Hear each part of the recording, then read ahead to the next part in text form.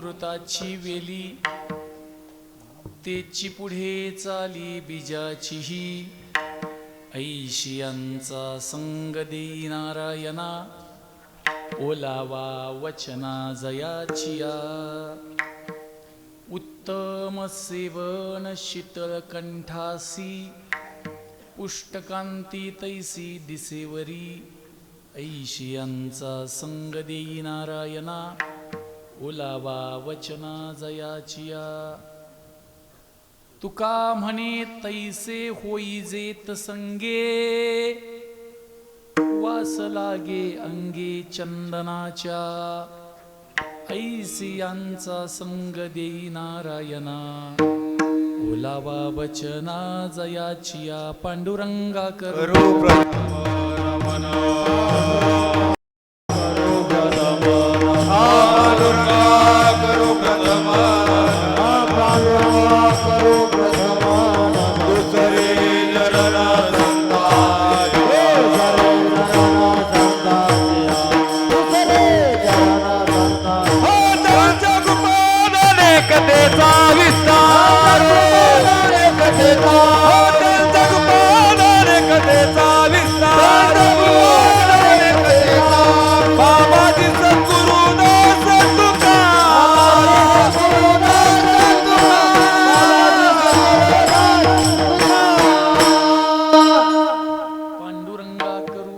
नमन, दुसरे चरणा संतांचिया. त्यांच्या कृपादाने कथेचा विस्तारू बाबाजी सद्गुरुदास तुका.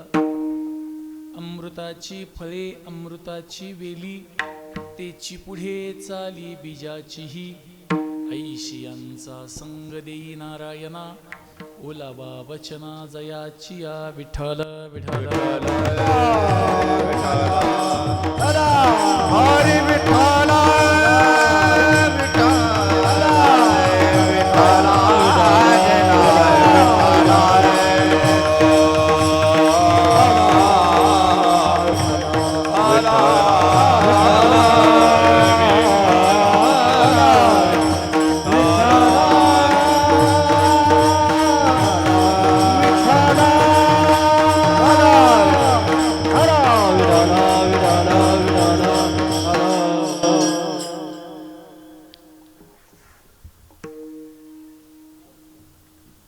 सर्वांनाच विनंती आहे, आपल्या जवळचे मोबाईल सायलेंट स्विच ऑफ करून ठेवा.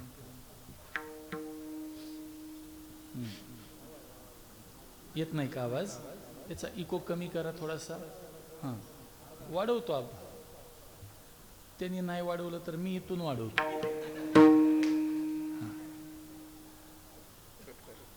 तुम्हा सर्वांना विनंती आहे, प्रातस्मरणीय वैकुंठवाशी रंगनाथ महाराज परभणीकरांच्या पदस्पर्शानं पावन झालेल्या या भूमीमध्ये श्री क्षेत्र शेळगाव आपल्या अखंड हरिनाम सप्ताहाचं हे 50वे वर्ष. आणि या 50व्या वर्षातील जागराच्या कीर्तनरूपी सेवेकरता निवडलेला अभंग महाराष्ट्राचे क्रांतिकारी संत जगद्गुरु जगद्वंदनीय श्रीमंत तुकोबाराय यांचा 4 चरणाचा अत्यंत महत्त्वाचा गोड असा अभंग असून, या अभंगातून तुकोबाराय त्या परमात्म्याला प्रार्थना करतात की परमेश्वरा, मला माझ्या जीवनामध्ये त्यांची संगती दे ज्यांच्या वचनाला ओलावा आहे, ज्यांना पाहिल्यानंतर त्यांच्या जीवनाची गगनचुंबी उंची समजते, ज्यांच्या ओठातला शब्द पोटातलं अन्न आणि डोक्यातला विचार शुद्ध आहे, नवे नवे ज्यांचं अखंड जीवन अमृतानं ओतप्रोत भरले, तुकोबाराय त्यांची संगती मागतात. विठ्ठल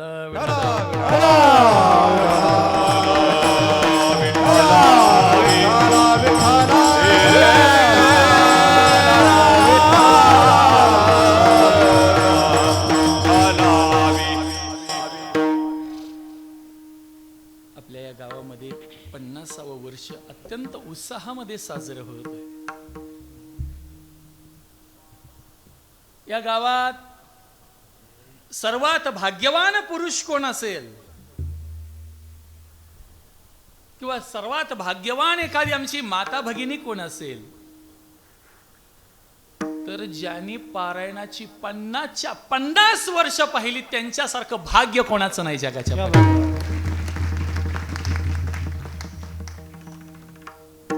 एखादा तरी महापुरुष असा असतो, एखादा तरी महात्मा असा असतो, 50 वर्षाचे ते साक्षीदार असतात.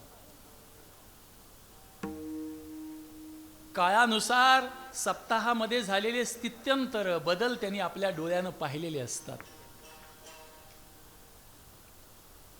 सुरुवातीचा काळ जर आठवला तर अतिशय अडचणीचा काळ, आणि आज एक नयनरम्य सोहळा आपल्याला दृष्टीस पडतोय. पण आज पूर्णत्वाला चाललेल्या या सोहळ्याचं खरं श्रेय कोणाला जात असेल तर ज्या लोकांनी या पारायणाची सुरुवात केली, अडचणीवर मात केली, पंक्ती घातल्या, आपला वेळ दिला, त्यांना या 50व्या वर्षाचं श्रेय नक्की जातं.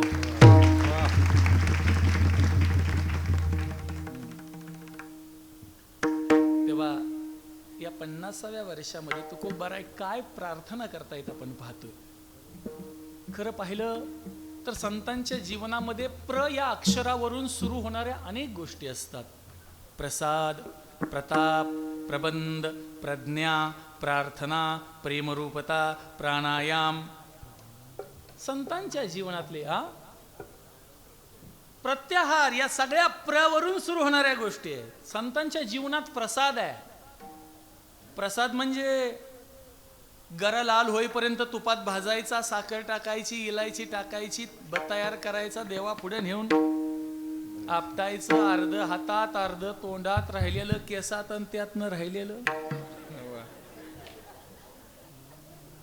त्याला प्रसाद म्हणत नाहीत.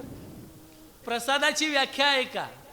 अभिन्न इया सेवा, चित्त मियाची भरेल जेव्हा, माझा प्रसाद जाण तेव्हा संपूर्ण झाला. चित्तातले विषय निघून जाणं, चित्त परमात्मा बोधानं भरून जाणं, याला प्रसाद म्हणतात. म्हणून देवाच्या दारात येऊन हातावर शिरा खाणारानं प्रसाद घेतला म्हणून जास्त अभिमानानं सांगायची गरज नाही. मग कुणी सांगावं? ज्यानं इथं येऊन ज्ञानेश्वरी वाचली त्यानं सांगावं मी प्रसाद घेतला. प्रसादाचा काहीतरी परिणाम व्हायला पाहिजे का नाही आपल्या जीवनावर? तैसा माझे निप्रसादे, जीव कणू जयाचा उपमरदे, तो संसाराची निबाधे बागुले केवी. जो खाल्ल्यानंतर मनातली संसाराविषयीची, मृत्यूविषयीची भीती संपते, त्याचं नाव प्रसाद आहे.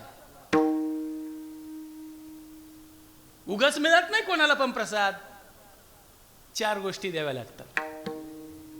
अहम वाचा चित्त अंग, देवोनिया शरण रीग, मग महो ददिका गांग रिगाले जैसे, मग तयाचे निप्रसादे, सर्वोपशांती प्रमदे, कांतु होनिया स्वानंदे, स्वरूपीच रमसी. देवाच्या प्रसादे करारे भोजन,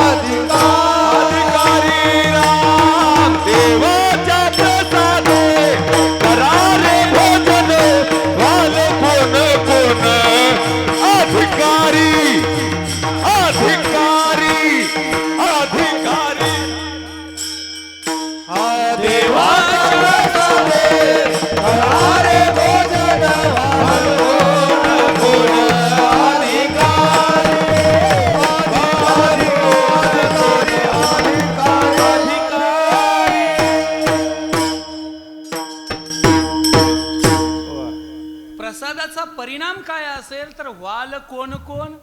अधिकारी हा प्रसादाचा परिणाम आहे. अधिकार प्राप्ती होते प्रसादाने. अर्जुन युद्धभूमीवरती उभा आहे. समोर आपल्या नातलगांना पाहिलं. अर्जुन म्हणतो मी युद्ध करणार नाही. अर्जुनाच्या मनात मोह निर्माण झाला. तसा मोह कौरवांना पण आहे आणि पांडवांना पण. फरक असा आहे, कौरवांना मोह आहे, दुर्योधनाला मोह आहे राज्याचा, आणि अर्जुनाला मोह आहे आपल्या लोकांचा. पण दोघातल्या मोहातला सगळ्यात मोठा फरक काय असेल तर देवानं सांगितल्यावर ज्याचा मोह निघून जात नाही त्याचं नाव दुर्योधन आहे, आणि देवानं सांगितल्यावर ज्याचा मोह निघून जातो त्याचं नाव अर्जुन आहे. हा, नष्ट मोह. हा, क्या बात है, वाह क्या बात है, वाह. करिष्ये वचनम तव, करिष्ये वचनम तव याचा अर्थ तू सांगशील तसं. तरी आता तुझी आज्ञा, सकल देवादिदेव राज्ञा, करीन देई अनुज्ञा. भलते विषय हा शब्द महत्वाचा आहे. भलते काय सांगशील ती, कारण त्याच्यावर मी तर्कता चालवणार नाही. तू जे सांगशील ते सांगायचं. देवानं सांगावं मार करण्याला, अर्जुनानं विचार करायचा नाही हा ज्येष्ठ पांडव आहे म्हणून. अर्जुनानं बाण घ्यायचा आणि मारायचा, याला म्हणायचं तू सांगशील तसं. विठ्ठल अर्जुनाच्या एका चिंतनाचं ज्ञानोबरायांनी खूप गोड चिंतन केलं. मोहाचे कांदे अर्जुनाच्या मनात होते. मोहाचे कांदे कळतात ना, कांदे जे आपल्या आकलीचे झालेले असतात. त्या अर्जुनाच्या मनात मोहाचे कांदे होतात. पण देवाचा प्रसाद झाल्यावर त्याचा परिणाम काय झाला बघा. देवाचा प्रसाद झाल्यावर ज्ञानोबरायांनी त्या अर्जुनाच्या बुद्धीचं वर्णन केलंय. सांगतो विठ्ठल मी तुझे निप्रसादे, लादले नि आत्मबोधे, मोहाचे तया कांदे उर्वची नेदी. अर्जुनाच्या जीवनातले मोहाचे कांदे निघून गेले आणि आत्मबोधाची गोड फळं त्याला प्राप्त झाली. म्हणून प्रसाद अर्जुनाला मिळाला, प्रसाद तुकोबरायांना मिळाला. फक्त तुकोबरायांनी काय केलं माहिती आहे का, अप्पलपोटी नव्हते म्हणून तो प्रसाद एकट्याने सेवन केला नाही. तो प्रसाद 4000 ताटं तयार करून वाटून ठेवला. या सगळ्यांनी खाऊन घ्या असा प्रसाद तुकोबरायांनी तयार केला. हा, सेवितो हा रस, वाटितो आणि घ्या रे ऊ नकार. प्रसाद संतांच्या जीवनातला प्रसादाचा असतो. संतांच्या जीवनातला प्रसन्नतेचा असतो. तुमची आमची जी प्रसन्नता आहे ना ती विषयाच्या संयोगानं निर्माण झालेली आहे. विषयाची निवृत्ती झाली की आमचं सुख गेलं ढगात. माता भगिनींना मी प्रश्न विचारतो बरं का, खरं सांगा, तुम्हाला कानातलं केलं कसं वाटतंय? हा, छान वाटते ना. आणि त्याच्या पुढच्या आठवड्यात म्हटलं 2 लाखावर सोनं जाईल, लागलीच पाटल्या करून घ्याव्यात. आता कसं वाटतंय? छान वाटते ना. त्याच्या पुढच्या आठवड्यात ठरवलं बँकेत ठेवून काय पैसे वाढत नाहीत, लागलीच गळ्यातला नेकलेस करून टाकावा. नेकलेस सुद्धा करून टाकला. आता कसं वाटतंय? वाटू दे छान, पण काय काय केलंय ध्यानात ठेवलं ना. पहिल्यांदा कानातलं, दुसऱ्यांदा पाटल्या, तिसऱ्यांदा गळ्यातलं, चौथ्यांदा म्हटलं आयुष्यभर या मोकळ्या हाताने भांडी धुवून धुवून हाताचं पार वाटोळ झाले. एकदा ह्या हातात 4 आणि ह्या हातात 4 अंगठ्या घालूनच भांडी धुवायची. 8 अंगठ्या केल्या. आता कसं वाटतंय? हे नुसता विचार केला तरी बरं वाटतंय. म्हणजे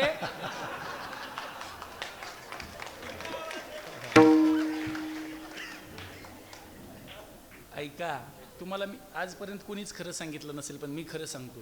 ज्ञानेश्वरीत असं सांगितलंय की नवऱ्यानं आपल्या बायकोला वर्षाला कमीत कमी 1 तोळ्याचा दागिना करावा.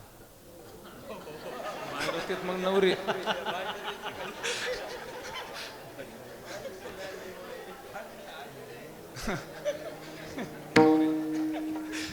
नवरी गेली वाटूया दादा.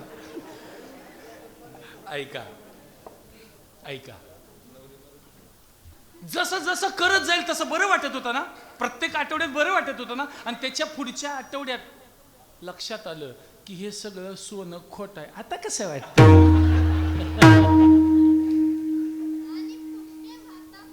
आणि फुंके भाता फुगे रेचिलिया सवेची उपगे तैसा संयोग वियोगे चढे ओहटे. अरे तुमचं आमचं जीवन अज्ञानी जीवन असतं, लोहाराच्या भात्यासारखं असतं. हवा आली की फुकतय, हवा गेली चिपून जाते.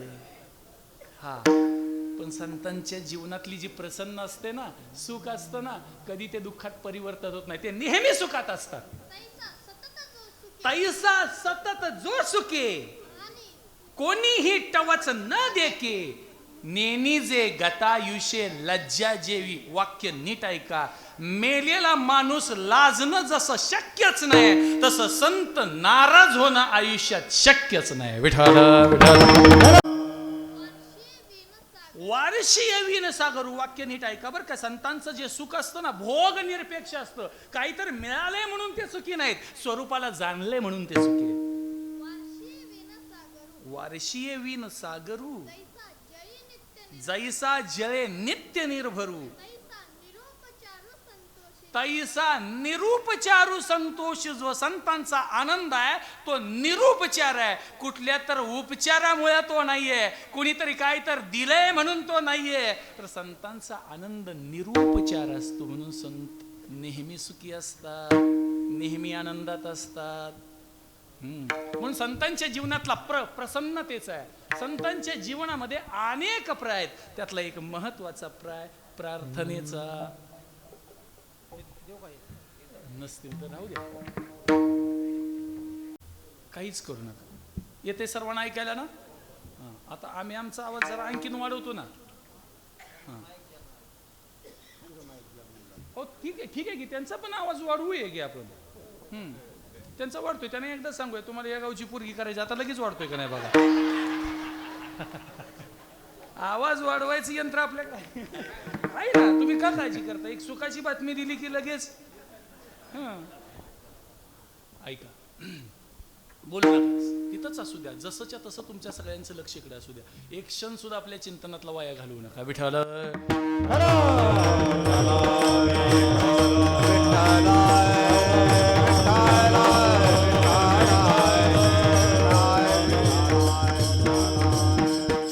ऐका. संतांच्या जीवनात अनेक प्र असतात, त्यातला महत्वाचा प्र कुठला असेल तर प्रार्थनेचा आहे. मुळात प्रार्थना आणि मागणी याच्यामध्ये फरक आहे. गरजेतून उत्पन्न होते त्याला मागणी असं म्हणतात, समर्पणातून निर्माण होते त्याला प्रार्थना असं म्हणतात. मुठभर श्रद्धा असताना सुद्धा ढिगभर इच्छा व्यक्त करणं याला मागणी असं म्हणतात. ढिगभर श्रद्धा असताना सुद्धा मुठभर इच्छा ही निघून जावी याकरता केली जाते त्याला प्रार्थना म्हणतात.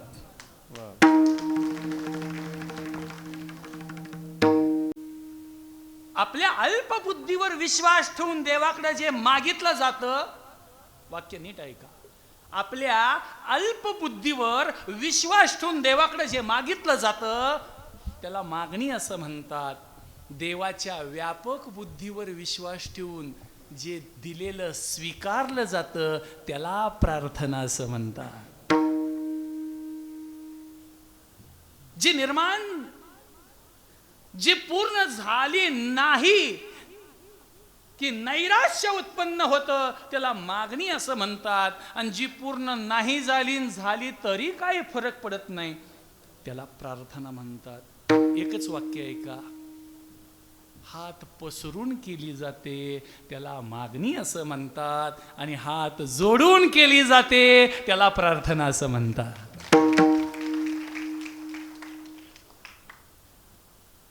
देवाला आपल्या मनासारखं वागायला लावणं याला मागणी असं म्हणतात, आणि मनाला देवासारखं वागायला लावणं याला प्रार्थना असं म्हणतात. सोपं सगळ्यात सांगतो, तुम्ही आम्ही करतो त्याला मागणी म्हणतात, आणि संत करतात त्याला प्रार्थना म्हणतात. विठ्ठल विठ्ठल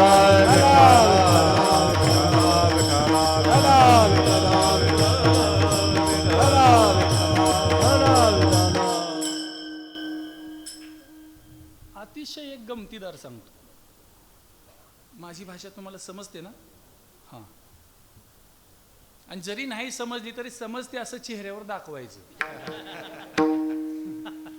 हां. काही गोष्टी दाखवाव्या लागतात. आणि त्यात ते मराठवाड्याचं मला आयुष्यात खूप मोठं मी पोळलेलो आहे. सासरवाडी इथं, शिरसा इथं जवळ. आणि पहिल्यांदा आलो हो इकडं पाहायला. आणि ते काळं वाटण आम्ही कधी पाहिलं नव्हतं. आणि त्याच्यातली भाजी खाल्ली. का खाल्ली तर आयुष्यभर असं खायला भेटेल म्हणून म्हटलं हो पसंत आहे. पण 13 वर्ष झालं तशी भाजी पुन्हा कधीच मिळाली नाही.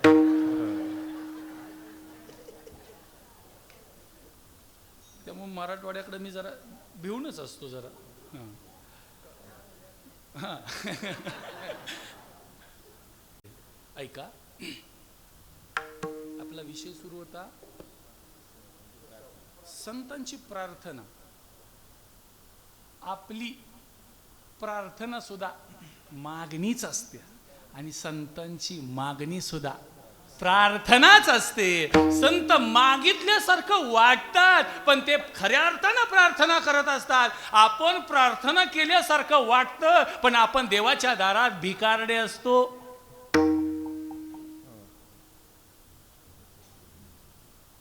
हा फरक आहे. तुकोबाराय आहे, मागणी करतात असं म्हणता येत नाही. मागणी अपूर्णतेतून जन्माला येते. परिपूर्ण असणारे कसं काय मागतील? जो निजानंदे झाला, परिणामू आयुष्य आला, पूर्णते झाला वल्लभू जो. अर्जुना तयाच्या ठाई काम क्रोधू सहजे नाही, भयाते नेने कही परिपूर्ण तो. संत परिपूर्ण असतात. मग परिपूर्ण असणारे संत मागू शकत नाहीत. उलट ज्ञानोबरायांनी सगळ्यात गंमत सांगितलं, पटलं तर बघा. परिपूर्णता, वाक्य नीट ऐका, परिपूर्णता परिपूर्ण होण्याकरता संतांच्या दारात असते. संतांच्या शिवाय परिपूर्णता सुद्धा परिपूर्ण होऊ शकत नाही. त्यामुळे संत मागू शकत नाहीत. अपेक्षे नाही रिगावा, सुखाशी चढावा, जयाची असणे. अपेक्षा संपत गेलेल्या असतात. कामना संतांच्या जीवनात उभी राहत नाही समोर. आणि जया परवते काही, जया परवते काही नाही. आपण पेची आपुल्या ठाई, जहाला या लागी जो काही आकांक्षीना. काही सुद्धा आकांक्षा माग शिल्लक राहिलेली काम नाही, काम नाही, काम नाही, काम नाही, काम नाही,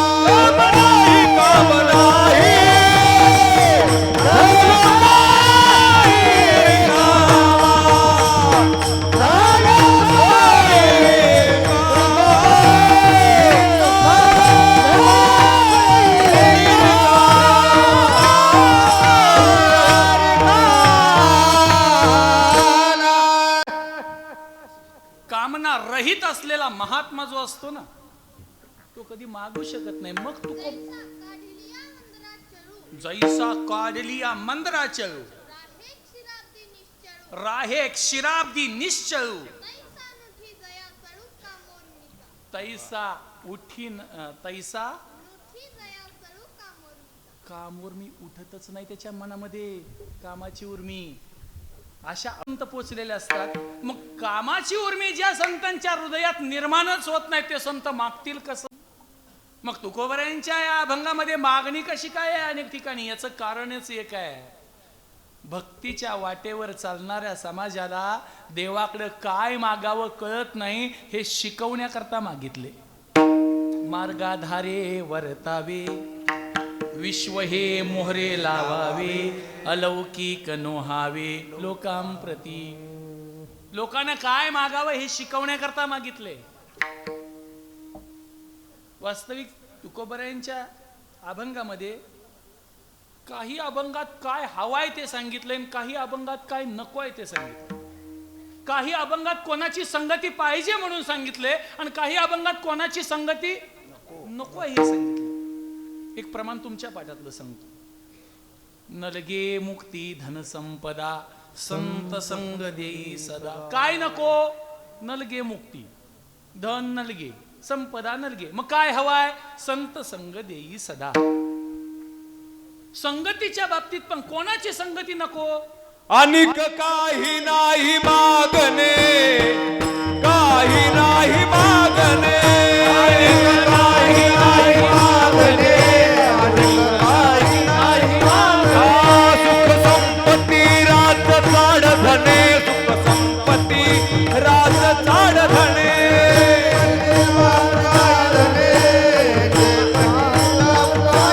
आसाकडे न पडे तुझे देणे, न पडे तुझे देणे.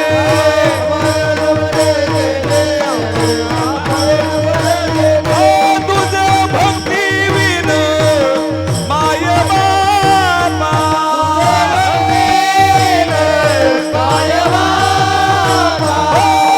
तुझे भक्ती विन माय बापा.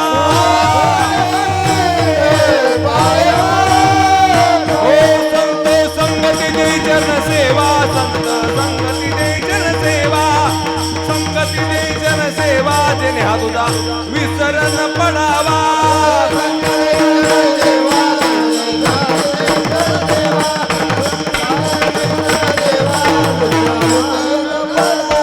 अनिक काही नाही मागणे, सुख संपत्ती राज्य चाड धने. साकडे न पडे तुझ देणे, तुझे भक्ती विन माय बाबा.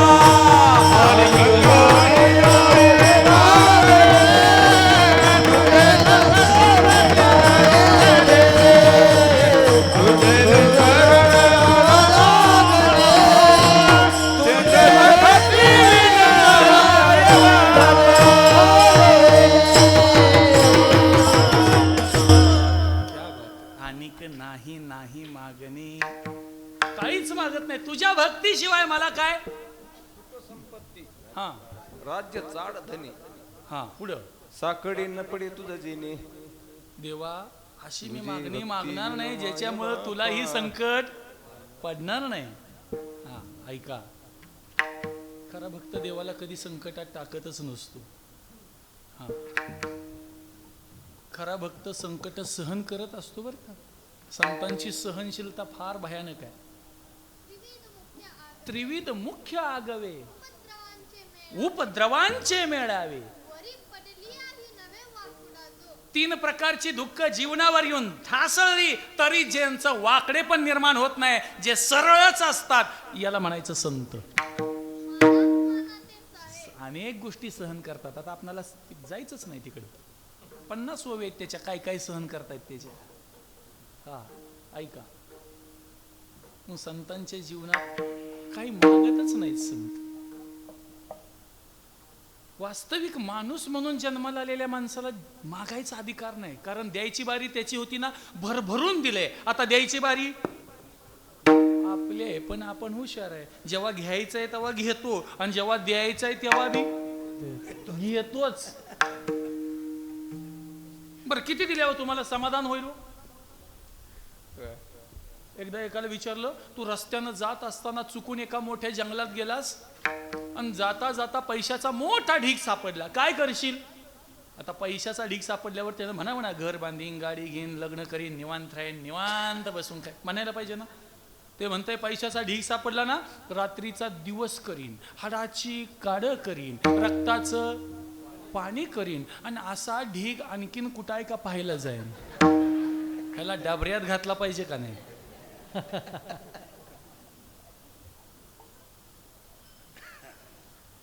संत असो, ये बाय ये ये रे ये, फक्त कुणाच्या अंगावर पाय तेवढं तू देऊ नकोस.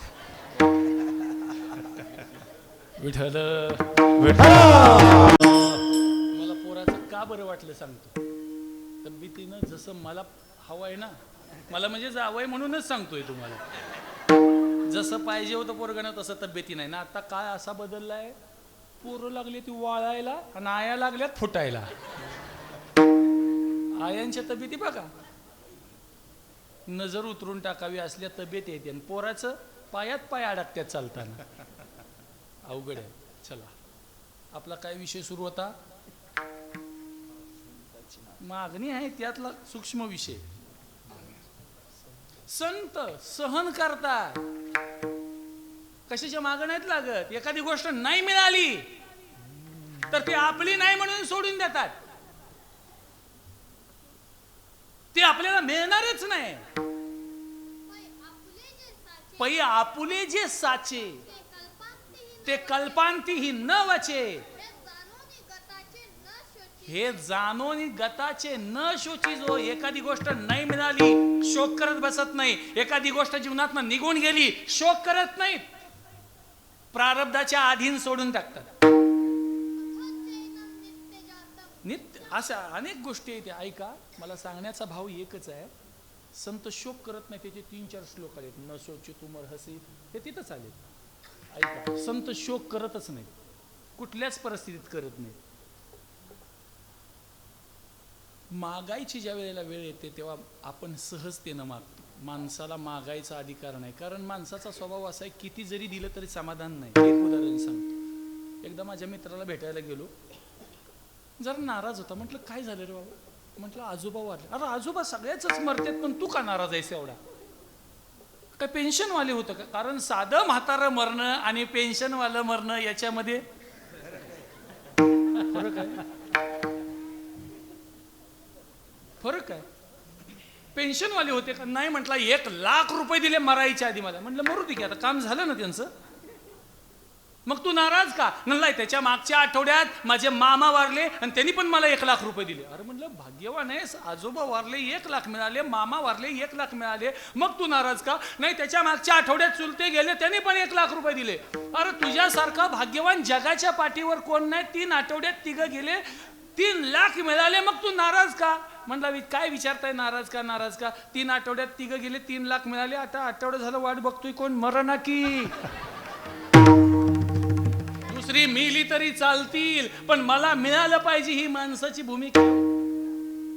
तैसी तृष्णा वाढी न लिया, मेरू ही हाता आलिया, तरी म्हणे एखादिया दारुणा वळघू. अरे जगातलं साम्राज्य तुमच्या पदरात टाकलं तरी काय समाधान होणार आहे का. अख्खी पृथ्वी नावाव जरी केली तरी पण वाटते एक चंद्राव 4 गुंट पाहिजे.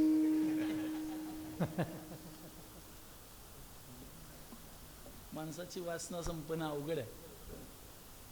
मागायचा अधिकारच नाही. मागायचा अधिकार संतान आहे, कारण सर्वस्व दिलंय. ज्यांनी दिलंय ना त्यांना मागायचा अधिकार असतो. तरी हे तुकोबर आहे, मागतात समाजानं शिकण्याकरता. काय मागावं हे शिकावं याकरता. काही ठिकाणी कुणाची संगती नको म्हणून सांगितले. कोणाची संगती नको. कानडीने केला मराठी भ्रतार, एकाचे उत्तर तैसे मज करू नको कमलापती, देई या संगती सज्जनाची.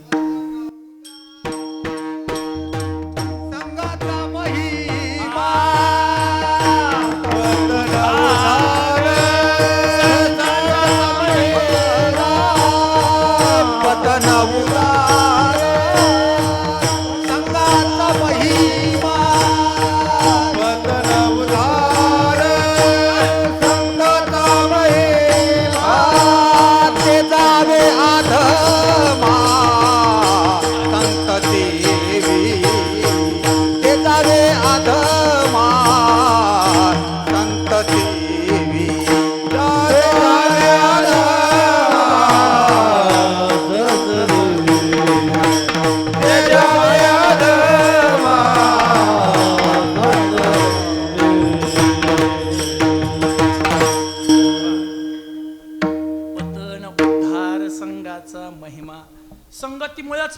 होतं आणि संगतीमुळेच उद्धार होतो.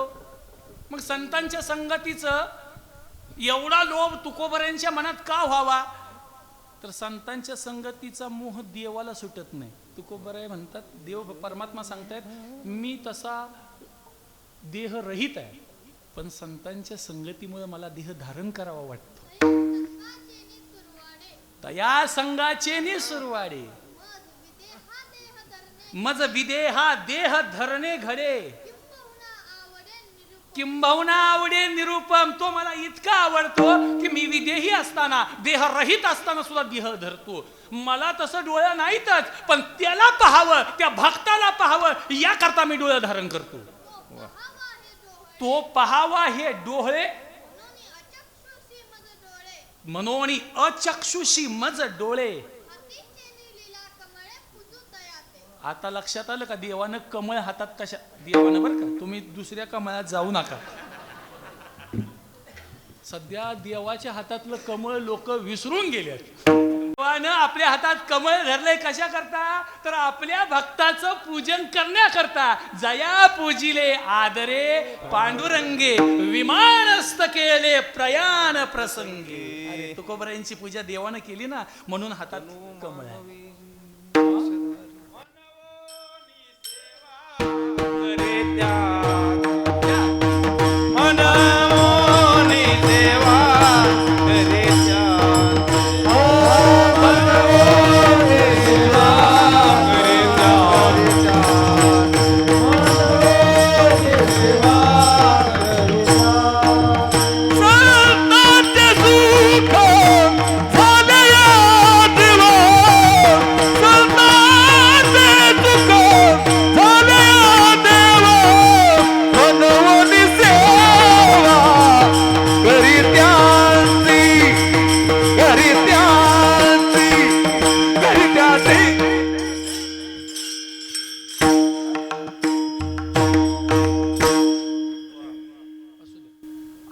सोडता आलं पाहिजे. माग धरता कोणाला बी येईल, धरायला कोणाला बी येईल, सोडायला जमलं पाहिजे. संतांचे सुख झाले. हे संतांचं सुख झालं ना, संतांच्या जवळ जाऊन जे सुख उपभोगायला भेटते त्यामुळे देव नित्य सेवा त्याची करतोय. हळू हळू फेडी रून, हळू हळू फेडी रून, हळू फेडी रून, हळू फेडी रून, हळू फेडी रून,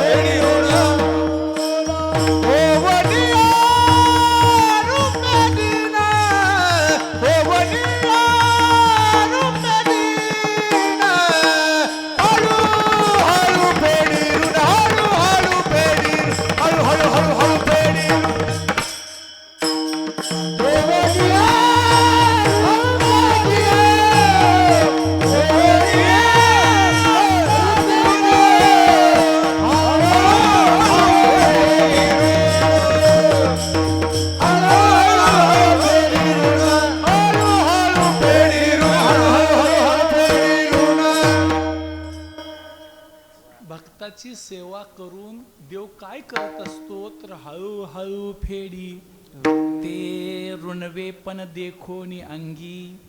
मी आपुल्याच उत्तीर्णत्वा लागी भक्ताची परित्यागी, भक्ताची तनुत्यागी परिचर्या करी. मगाची तिथं सेवा करी, इथं परिचर्या करी, अर्थ एकच. विठ्ठल विठ्ठल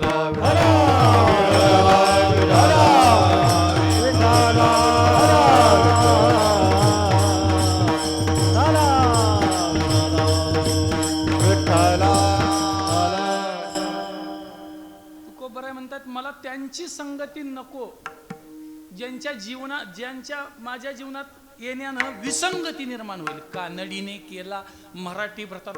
काय तुकोबरायने विनोदी दृष्टांत दिलाय. एक जणाची बायको कर्नाटक, इथं कोणाची नाही ना.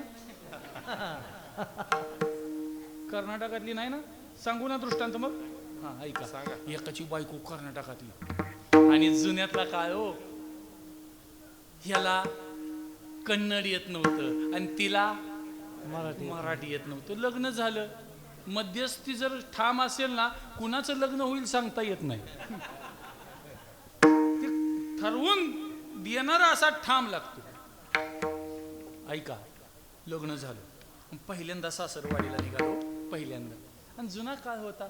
तुम्ही आता ही जुनी माणसं, खरं सांगायचं बरं का, लग्न जरी झालं तर आपल्याच बायकोशी जास्त बोलता येत होतं का हो जुन्या काळात? पहिल्यांदा बोलता येत नव्हतं, पुन्हा ती बोलू देत नव्हती.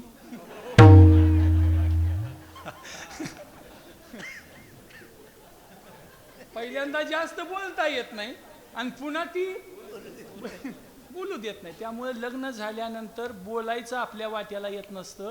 आपलं कान फक्त सुदृढ होतात. वा, छान. कान चांगले तयारीचे होतात आपली. आणि पुन्हा तुम्ही संत अवस्थेला पोचता. काही जरी बोललं तरी तुम्हाला राग येत नाही. हे संतत्वाच.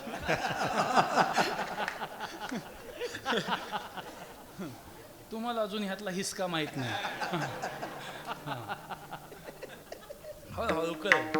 ऐका, लग्न झालं आणि ते पहिल्यांदा सासरवाडीला निघालं. आता काय बोलायचं? जिच्याशी बोलायचंय तिची भाषाच याला माहित नाही ना. काय बोलायचं? मग ती गाडी महाराष्ट्रातनं कर्नाटकात गेली आणि गोल गोल गोल गोल अक्षराचा बोर्ड लागला. ह्याला संधीच भेटली. म्हणलं होय ग, हे गाव कोणतं? तर तिला मराठी येत नसल्यामुळे ती म्हटली येणंत्री. म्हणजे काय म्हणताय? त्याला वाटलं गावाचं नाव येणंत्री आहे. ठीक आहे म्हटलं येणंत्री. गाडी पुढे गेली, दुसरं गाव आलं. गोल गोल गोल गोल अक्षराचा बोर्ड आला. त्यानं विचारलं होय ग, हे गाव कोणतं? येणंत्री. म्हणजे काय म्हणताय? याला वाटलं ते मागचं धाकलं येणंत्री आणि हे थोरलं येणंत्री. गाडी पुढे, खुर्द बुद्रुक. हा, मागचं खुर्द आणि हे बुद्रुक. गाडी पुढे गेली, गोल गोल गोल गोल अक्षराचा बोर्ड आला. ह्याने विचारलं होय ग, हे गाव कोणतं? ती म्हटली येणंत्री. म्हणलं तीन तीन येणंत्री असं 2 मुस्कान पडून दिले. महाराज 2 दिले, 2.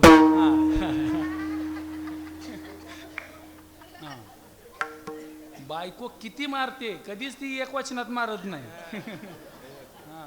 बहुवचनात असतं. एकापेक्षा जास्त तडाखे खावे लागतात. मग 2-3 येणंत्र्या कुठं असतात? 2 मुस्काडी दिले होती. गाल असा धरला. म्हणली याकवड तरी, म्हणजे का मारलं? ते म्हणलं आता कसं गाव बदललं.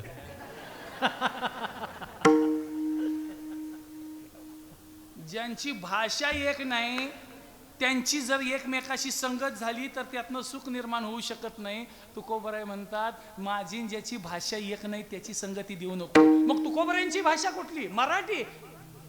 नाही नाही, काही भाषा संत जाणत असतात आणि काही भाषा संत जाणत नसतात. कोणती भाषा संत जाणत नाहीत? ऐका, जया ते बाह्याची भाष, नेनिजेची निशेष, अंतरी सुख एकाती. संत बाहेरची भाषा जाणत नाहीत. बाहेरनं कसं असावं आणि कसं दिसावं याचा विचार संत कधीच करत नाही. अंतरंग कसा असावा आणि अंतकरण कसं असावं याचा संत विचार करत असतात. ते आपल्या अंतकरणाला कसं जपून ठेवतात माहितीये का? जो अंतरी दृढ परमात्मरूपी गुड, बाह्य तोरी रूढ लौकिक जैसा. बाह्यनं ते तुम्हाला धोतर घातलेले, टोपी घातलेले, मळलेले दिसतील, पण ते तसे तुमच्या भजनात येत आहेत म्हणून त्यांना तुम्ही सामान्य समजू शकत नाही. पण समाज बऱ्याच वेळा चूक करतो. सामान्य माणसाला संत समजतो आणि खऱ्या संताला सामान्य समजतो. लक्षात ठेवा. आणि या दोन्ही गोष्टी तोट्याच्या आहेत. हा, म्हणून संत कसं दिसावं वाहुनी आपुली आन, शपथ घेऊन धरी जो अंतकरण, निश्चयासाच पण जयाचेनी. आपल्या अंतकरणाला ते जपून ठेवतात. बाहेरनं कसं असावं? खरे संत तुम्हाला वेड्यासारखे दिसतील. कसे? वेड्यासारखे. लौकिकाचा उद्वेगू, शास्त्रावरी उबगू, उगेपणी चांगू आती भरू, जगे अवज्ञाची करावी. संबंधी सोयची न धरावी, आईशी आईशी जीवी चाड बहु, जगानं अपमान करावा असं संतांना वाटतं, म्हणून अख्खं जग त्यांचा सन्मान करतं. सत्काराची के गोटी के आदरा, मरणेशी साठी नमस्कारिता. एखाद्यानं नमस्कार केला तरी संतांना मरणांत यातना होतात, आणि आपल्याला जाताना एखाद्यानं नमस्कार नाही केला तर आपली त्या रात्री झोप लागत नाही. हे आपल्या सामान्यपणाचं लक्षण आहे, आणि संतांना शिव्या दिल्यावर जास्त चांगली झोप लागते, हे त्यांच्या संतपणाचं खरं लक्षण आहे. विठ्ठला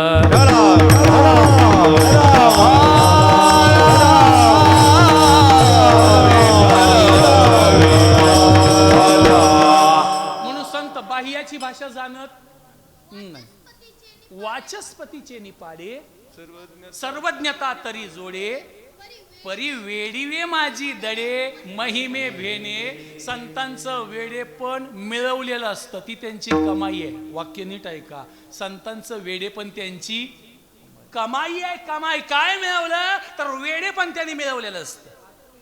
चातुर्य लपवी महत्व हरवी, पिसेपण मिरवी आवडून म्हणजे पिसेपणा त्यांना आवडतो. कवने ही विषयीचे साम्य होणे न रुचे, संभावितपणाचे ओझे जया.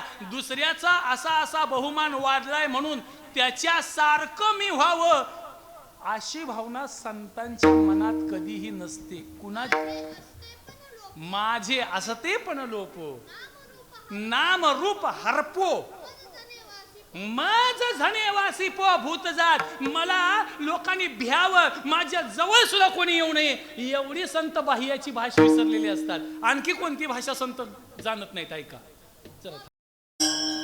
संत इथल्या गवताच्या पात्याला जरी धक्का लागला ना तरी त्यांच्या अंतकरणामध्ये दुःखाच्या लाटा निर्माण होतात. भूत मात्राचे नावे तृणही ना सुडावे. एवढी ओवी जर ज्ञानेश्वरांची कळाली ना, महाराष्ट्रातला वाद मिटल. गवताच्या पात्याला जर धक्का लागल्यावर संतांना जर हेवा वाटत असतील तर झाड तोडल्यावर किती यातना होतील. संतांचा सगळ्यात जीव कशा, जीवा प्राणापेक्षा संतांना झाडं आवडतात. वायू आणि तया पडे, गगने से बोलू आवडे, जीवे प्राणे झाडे पर्यंती जया. म्हणून लक्षात ठेवा, संत ज्यांच्यावर प्रेम करतात ती झाडं टिकली पाहिजेत, आणि झाडं ज्यांना आवडतात ते संत ही टिकले पाहिजेत. एक वाक्य फक्त कायमचं लक्षात ठेवा, ज्ञानोबराय वाद कसे मिटवतात. साधू आले गेले मला काय फरक पडत नाही, झाडं टिकवा ही अर्धीच भूमिका आहे. झाडं पण टिकली पाहिजेत आणि आमचे साधू ही आली पाहिजेत, ही परिपूर्ण भूमिका आहे. झाडाला धक्का लागल्यावर यातना होतात, मग साधूला धक्का लागल्यावर यातना होत नाहीत का? मग झाडात आणि साधूत काय वेगळं आहे का?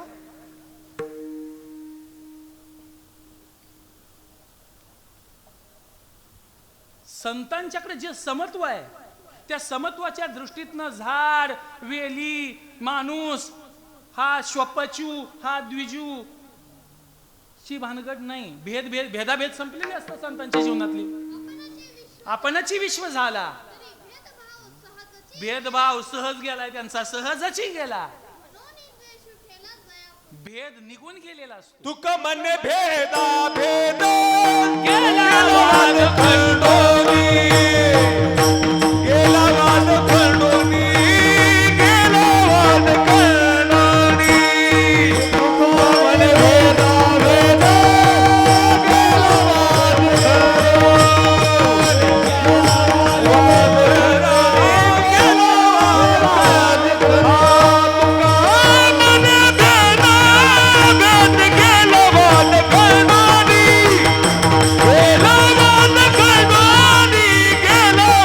खंडोनी.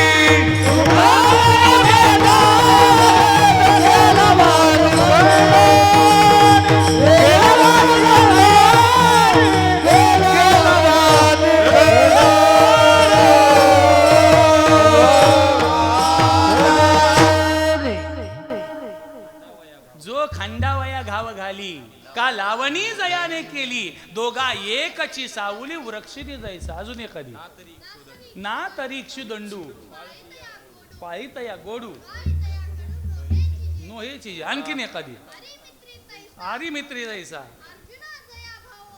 अर्जुना जया भावा ऐसा तो तुझा. अजून एखादी भेदभाव ऐके सकळ द्रोह शत्रुनी अंकुरे जती जिये मेदिनी ती भेद बुद्धीची कहाणी ना. अजून एखादी का सुरद पासे आले अथवा वैरीवर पडे झाले रात्री जैसे पाहले ते जे. अजून एक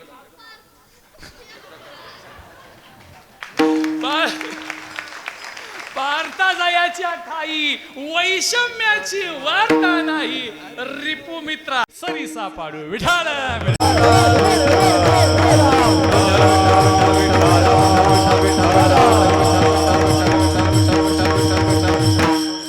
म्हणून संत कोणाची संगती नको म्हणतात ज्याची माझी भाषा. जगदाकारे झाली सत्ता जगदाकारे झाली सत्ता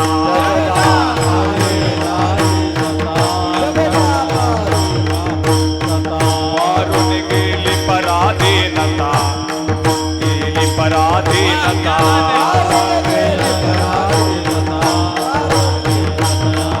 अवघे अपुले ते आता अपुले ते आता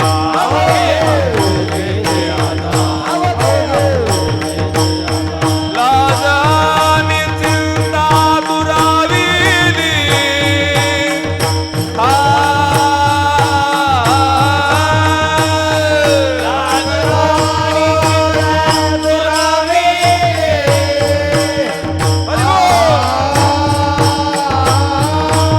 लाजाने चिंता दुराविली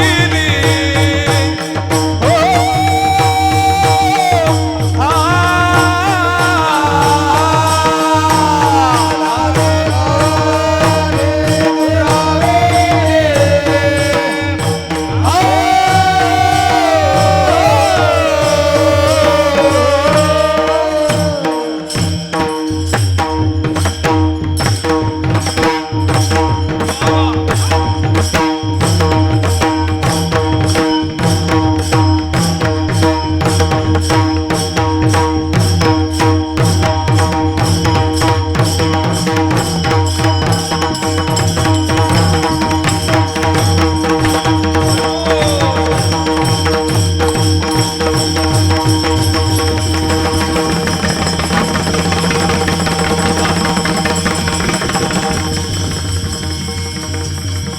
जवळी विठ्ठल रखुमाई जवळी विठ्ठल रखुमाई बहीण बंधू बापाई जवळी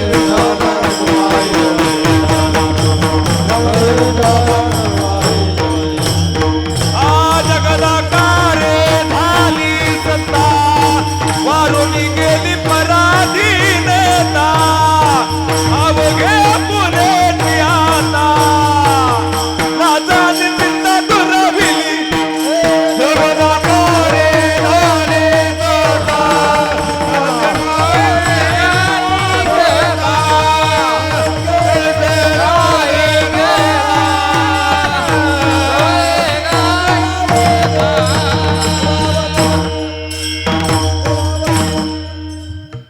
जगदाकाली सत्ता वारून गेली पराधीनता अवघे आपुलेची आता लाज आणि चिंता दुरावली. लाज आणि चिंता दुराविली.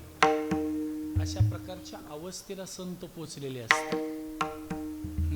अवघी सत्ता हाली हाता नामयाचा खेचरी दाता अशा अवस्थेला संत पोचलेले असतात. त्यामुळे संत बाह्याची भाषा जाणत नाहीत. मी हे भाषणेने माझे काहीच न म्हणे सुख दुःख जाणणे नाही जया.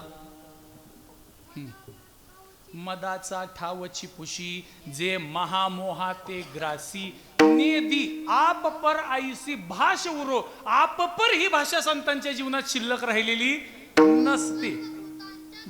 जो सर्व भूतांच्या ठाई द्वेषात नेण्याची काही आप परू नाही चैतन्या जैसा आपलं परक संतांच्या जीवनात नाही. जे जगेची सनोळख जगेशी जुनाट सोयरिक आप पर हे भाक जाणणे नाही. उत्तमाते धरिजे अदमाते अहेरिजे हे काहीच नेनिजे वसुधा जेवी. किती तर दृष्टांत किती तर वाणी सांगता येतील. ऐका, संतांच्या जीवनात मी ही भाषा नसते, द्वैताची भाषा नसते, बाह्याची भाषा नसते. मग ह्या भाषा संत जाणत नाहीत तुकोबराय म्हणतात. मग ज्या भाषा मला जमत नाहीत त्या भाषेची संगती मला नको. मग तुकोबराय कुणाची हवे? ज्यांचं जीवन अमृतानं भरलंय त्यांची संगती. अमृताची फळे अमृताची वेली अमृताची फळे अमृताची वेली अमृताची फळे अमृताची वेली अमृताची फळे अमृताची वेली अमृताची फळे अमृताची वेली अमृताची फळे अमृताची वेली अमृताची फळे अमृताची वेली अमृताची फळे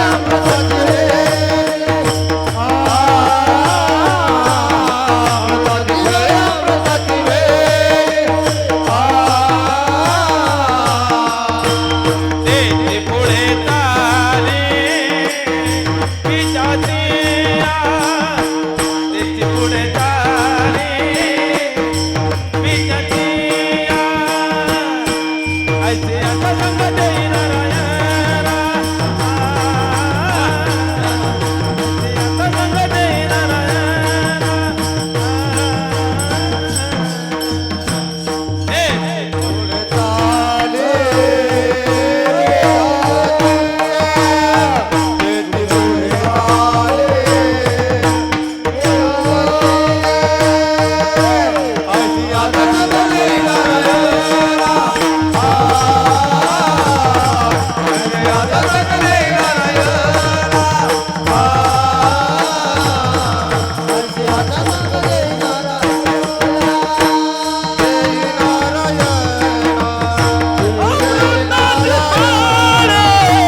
अमृताची वेली तेची पुढे चाले वेदासिया तेची पुढे चाले वेदा अमृताची वेली पुढे चाले वेदासिया पुढे चाले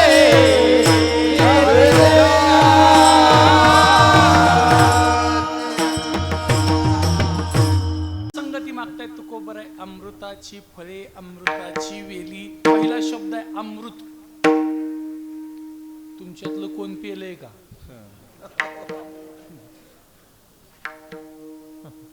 तुम्ही अमृत तुल्य पेला असाल पण अमृत नाही. हा, अमृत तुल्य पेलंय. वास्तविक तुम्ही ज्याला अमृत, तुम्ही कशाला अमृत समजाल हे सांगताच येत नाही. 6च्या पुढे कशाला बी अमृत समजताय तुम्ही. हा, हे तुमच्याकडलं जाऊ द्या. इंद्राकडे होतं ते अमृत सुद्धा काळकूट नावाच्या विषयाचा चुलत भाव आहे. जे काळकुटाचे सहोदर मृत्यू बेहने प्याले अमर. हे मृत्यूच्या भीतीने जे पेले होते ना ते सुद्धा काळकूट नावाच्या विषयाचा चुलत भाव आहे. ते खरं अमृत नाहीये. मग अमृत कशाला म्हणायचं? ज्याच्याकडे 6 लक्षणं आहेत त्याला अमृत म्हणायचं बरं का. मरत नाही ते अमृत. पाठ करून ठेवा, मी विचारणार आहे बरं. मरत नाही ते अमृत. मेलेल्याला उठवतं ते अमृत. तहान भूक घालवतं ते अमृत. रोग घालवतं ते अमृत. दैवानं भेटतं ते अमृत. आणि ज्याच्याकडं एकही अवगुण नाही ते अमृत. पुन्हा एकदा ऐका. मरत नाही ते अमृत. मेलेल्याला उठवतं ते अमृत. तहान भूक घालवतं ते अमृत, रोग घालवतं ते अमृत, दैवानं भेटतं ते अमृत, आणि ज्याच्याकडे एकही अवगुण नाही ते अमृत. ही 6 लक्षणं ज्याच्याकडे असतात त्याला अमृत म्हणायचं. आणि या 6 गोष्टी फक्त एकाच ठिकाणी असतात. मरत नाहीत ते संत, मेलेल्याला उठवतात ते संत, तहान भूक घालवतात ते संत, दैवानं भेटतात ते संत, रोग घालवतात ते संत, आणि ज्यांच्याकडे एकही अवगुण नाही ते संत. म्हणून अमृत म्हणजे संत.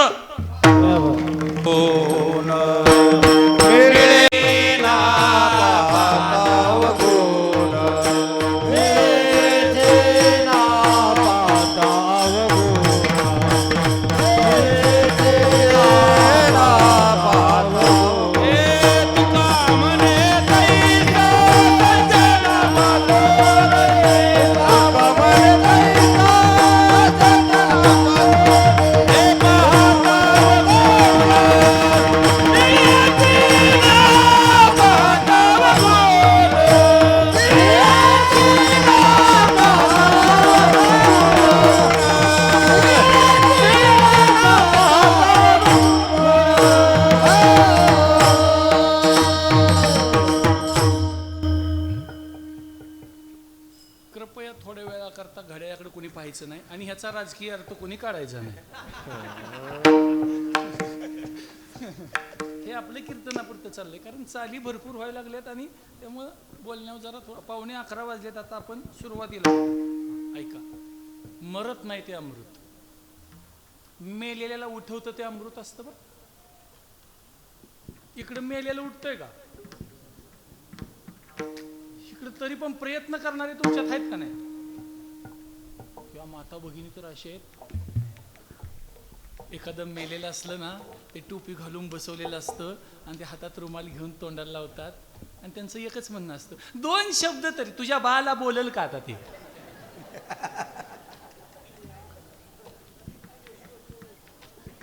दोन शब्द बोला. आणि आयुष्यभर काय म्हटलं, तुम्ही का बसा, तोंड बंद करा. आयुष्यभर बोलू दिलं नाही आणि आता म्हणतात 2 शब्द बोला. बोललं तर सोसल का?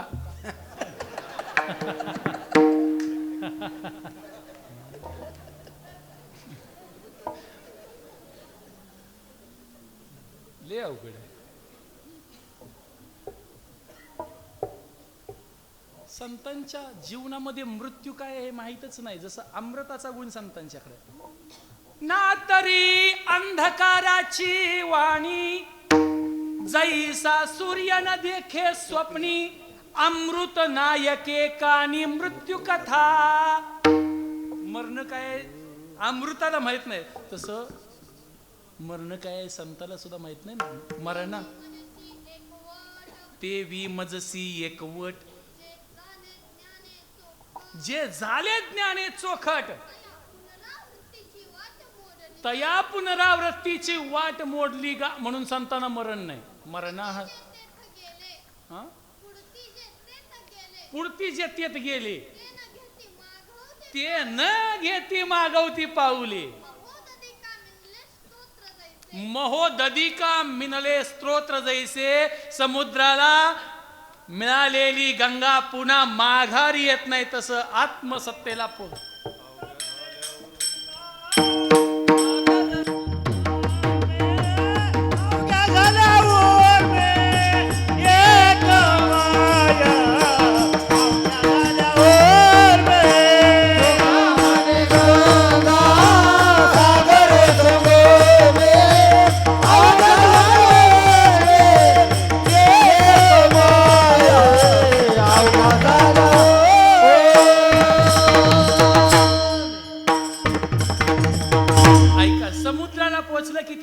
संपते, तिचं नाव बदलतं आणि तिचं रूप बदलतं. तसं नाम रूप आणि स्वरूप हे सगळं संपून जे समुद्र रूपच होऊन जाते, तसं संत महात्मे त्या आत्मसत्तेत एकदा विलीन झाले की पुन्हा माग काही शिल्लक राहत ते का. लवणाची कुंजरी सुदलिया लवण सागरी, होयची नाम आघारी परती जैसी.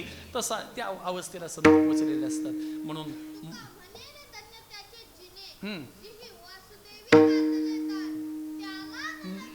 त्याला नलगे येणे जाणे बरवा फळला शकून अवघा निवारीला सीन. तुमचे झाले या दर्शना जन्म मरण नाही आता.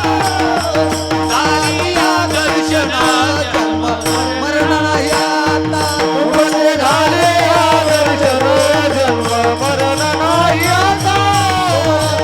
झाली या दर्शना जन्म मरण नाही आता. ब्रवा फळाला शकून अवघा निवारीला सीन. तुमचे झाली या दर्शना जन्म मरण नाही आता.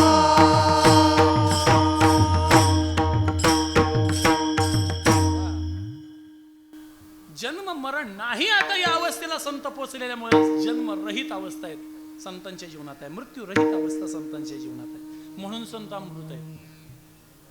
मरण माझे मरून गेले मज केले.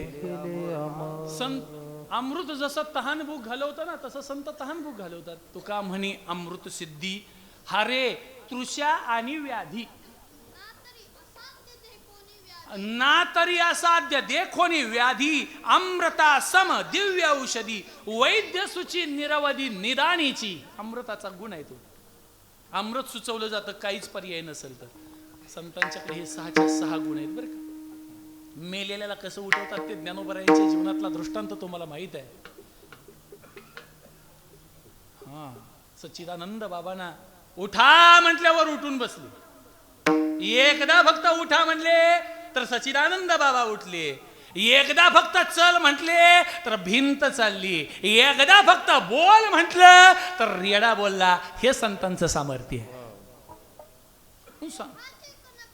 लोहाचे कणक होय हे सामर्थ्य परिसीच आहे की मृतही जीवितला हे अमृत सिद्धी. मेलेल्याला उठवतं ते अमृत असतं तसं मेलेल्याला उठवतं तसं संत असतात. ऐका म्हणून संत हे अमृतच आहे. त्याच्या पुढे जाऊन सांगतो संतांचं पाहणं अमृत आहे, बोलणं अमृत आहे, चालणं अमृत आहे. मुखी अमृताची वाणी देह देवाचे. संतांच्या दृष्टीत सुद्धा अमृत आहे बरं का. दृष्टीत तुमचे या दिठिवेयाचे निवोले सासिन्नले प्रसन्नतेचे मळे ते सावली देखोनी लोळे श्रांतुजी मी. तुमचा दिठिवा जै वरुषे तै सकलार्थ सिद्धिमती पिके यरवी कोंबेला उन्मेष सुखे जरी उदास तुम्ही. दिठी नोहे मिनदी बोलणे नाही संदिग्धी कवणे सिहीन बुद्धी राहटी जेना. नाईकने ते कानची वाळी न पाहणे ते दिठीच गाळी अवाच्य ते टाळी जीवची गा. विषय व्याळे मिठी दिदलिया नुटी ताटी ते तुझी ये गुरु कृपा दृष्टी निरविष होय. दिठीचे 100 ओवे सांगता येतील. किंभवना ऐसी दिठी जयांची भूतासी करही देखसी तैसी. कशी असते ऐसी म्हणजे कैसी कासवाच्या पलीकडली.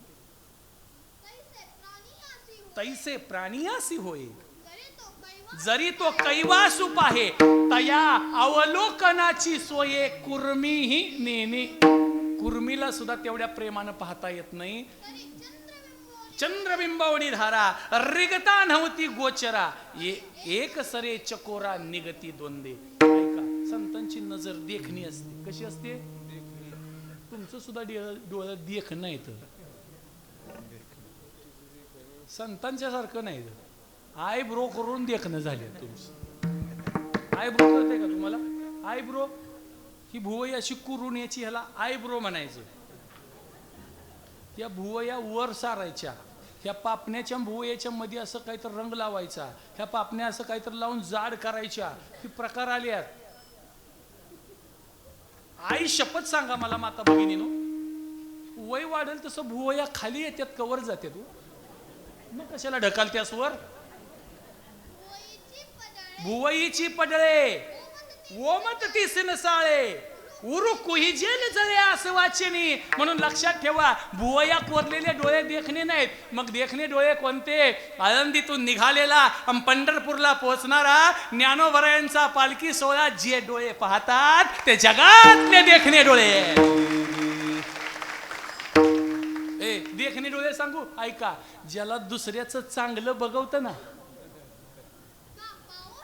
पाहो शीतलता आहे डोळ्याची लागी होय, तैसे पर सुखे जाये सुखावत जो. दुसऱ्याच्या सुखाला पाहून ज्याचा डोळ्या सुखी होतात ते जगातले डोळे सुखी आहेत. त्याच्यापेक्षा सांगतो, पायी काटा निहते ते व्यथा जीवी उमटे, तैसा पोळे संकटे पुढीला चेनी. पटलं तर मला सांगा, जगातले डोळे देखणे कोणते? तर लोकांचं दुःख पाहिल्यानंतर टचकन ज्याच्या डोळ्यात पाणी येतं ते जगातले डोळे देखणे. किंबहुना तृषिता लागी पाणी आराईले असे जगी, दुःखिताच्या सेल भागी जिने जयाचे. अरे दुःखितांचं दुःख घालवण्याकरता ज्यांचं जीवन आहे ना ते संत आहेत. जगी जीवनासारखे वस्तू अंगावरी उपके, जाते जीवित राखे तृणाचे. ज्ञानोबा आहे जाता म्हणजे किती ज्ञानोबा सांगून ठेवलंय. संतांची नजर अमृताचे, कृपा कटाक्षे.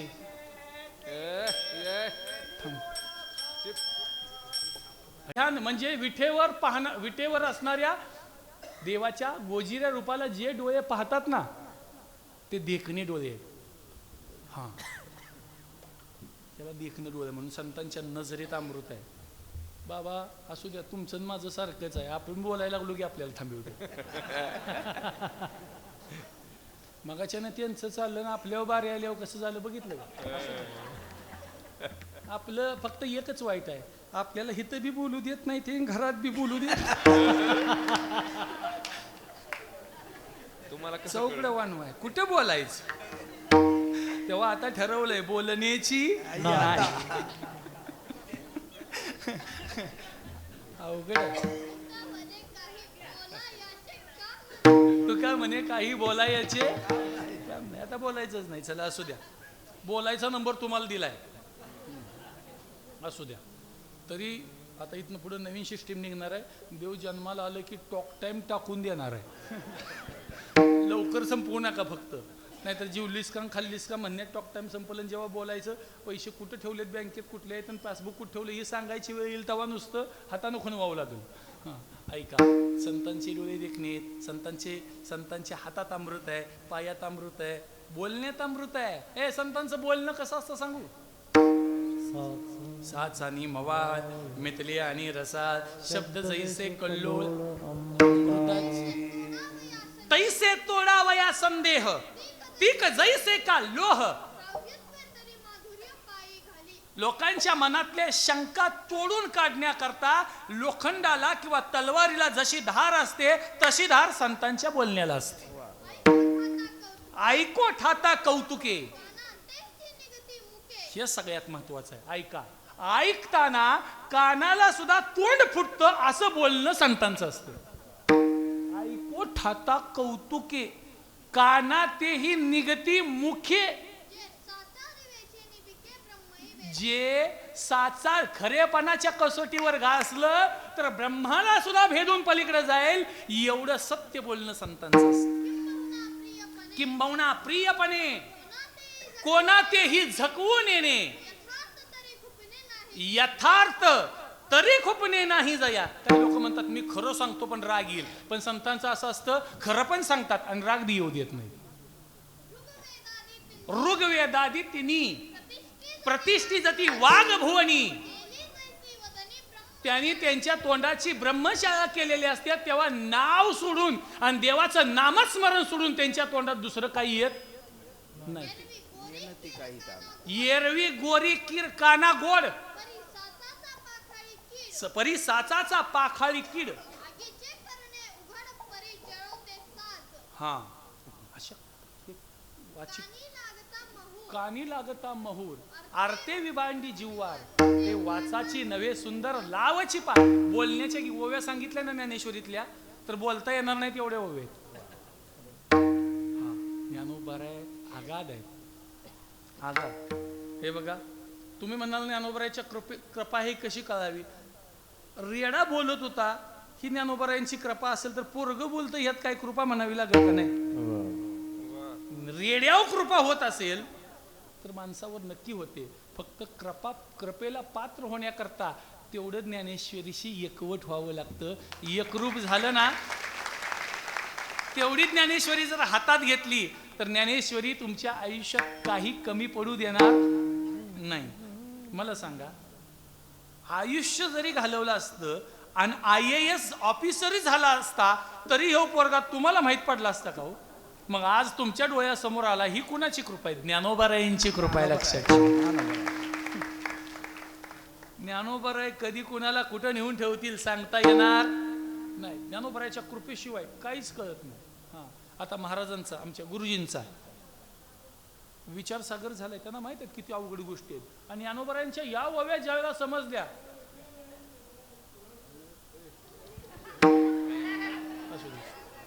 ही बी ज्ञानोबारायांचीच कृपा आहे.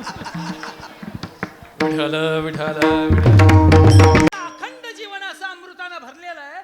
ज्यांच्या मुखात अमृत आहे, डोळ्यात अमृत आहे, चालण्यात अमृत आहे, बोलण्यात अमृत आहे, असं ज्यांचं जीवन आहे तुकोबराय म्हणतात मला त्यांची संगत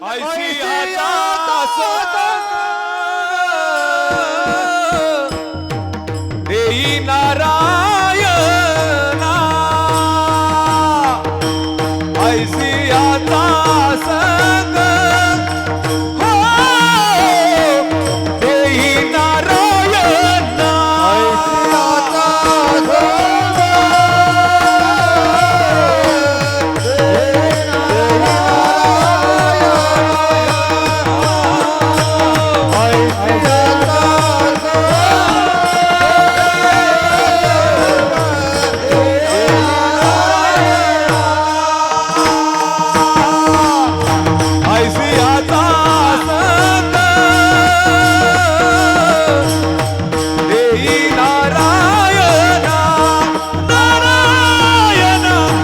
ऐसी आता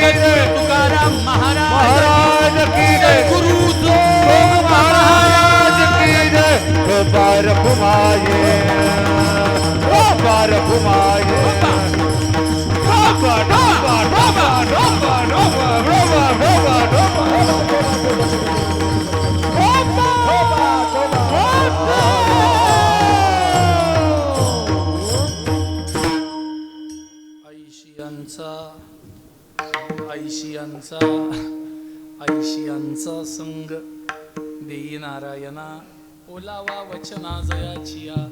ज्यांच्या वचनात ओलावा आहे, परमामृते रसना ओलावली, अशी ज्यांची रसना आहे त्यांची संगती मला दे. प्रत्येकाच्या संगतीचा परिणाम वेगळा आहे. संतांच्या संगतीचा परिणाम वेगळा, मूर्खाच्या संगतीचा परिणाम वेगळा, देवाच्या संगतीचा परिणाम वेगळा. तुझी संगती झाली आमची निश्चिंती, नाही देखिले ते मिळे, हा देवाच्या संगतीचा परिणाम आहे.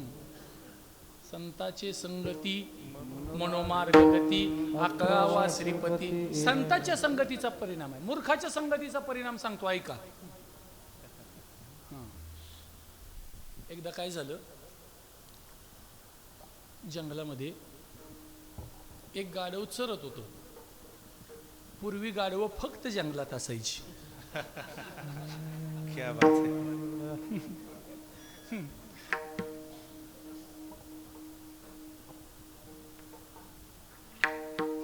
मग ते चरत असताना मोठ्यानं ओरडायचं पावसाळ्याच्या दिवसात, गवत पिवळं आहे, गवत पिवळं आहे. आता खरं सांगा बाळानो, पावसाळ्याच्या दिवसात गवत कसं असतं? हिरवं असतं. पण ते गाढव काय म्हणायचं, गवत पिवळं आहे. पण शेजाराने एक वाघ चालला होता. वाघानं गाढवाच्या बोलण्याकडे लक्ष द्यावं का, हे बऱ्याच वाघांना न कळाल्यामुळं त्यांचा गाढवपणा जगापुढे आलाय.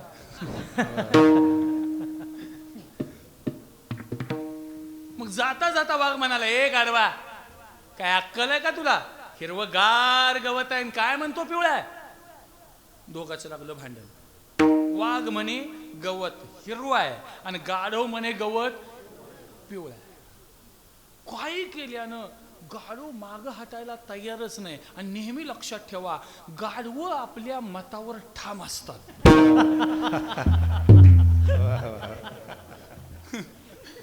कुणाच्या बापाचं ऐकायची त्यांची तयारी नसते. कोणाची? गाढवांची. काय करावं प्रश्न. त्यांनी ठरवलं, आपण राजाकडे जाऊया.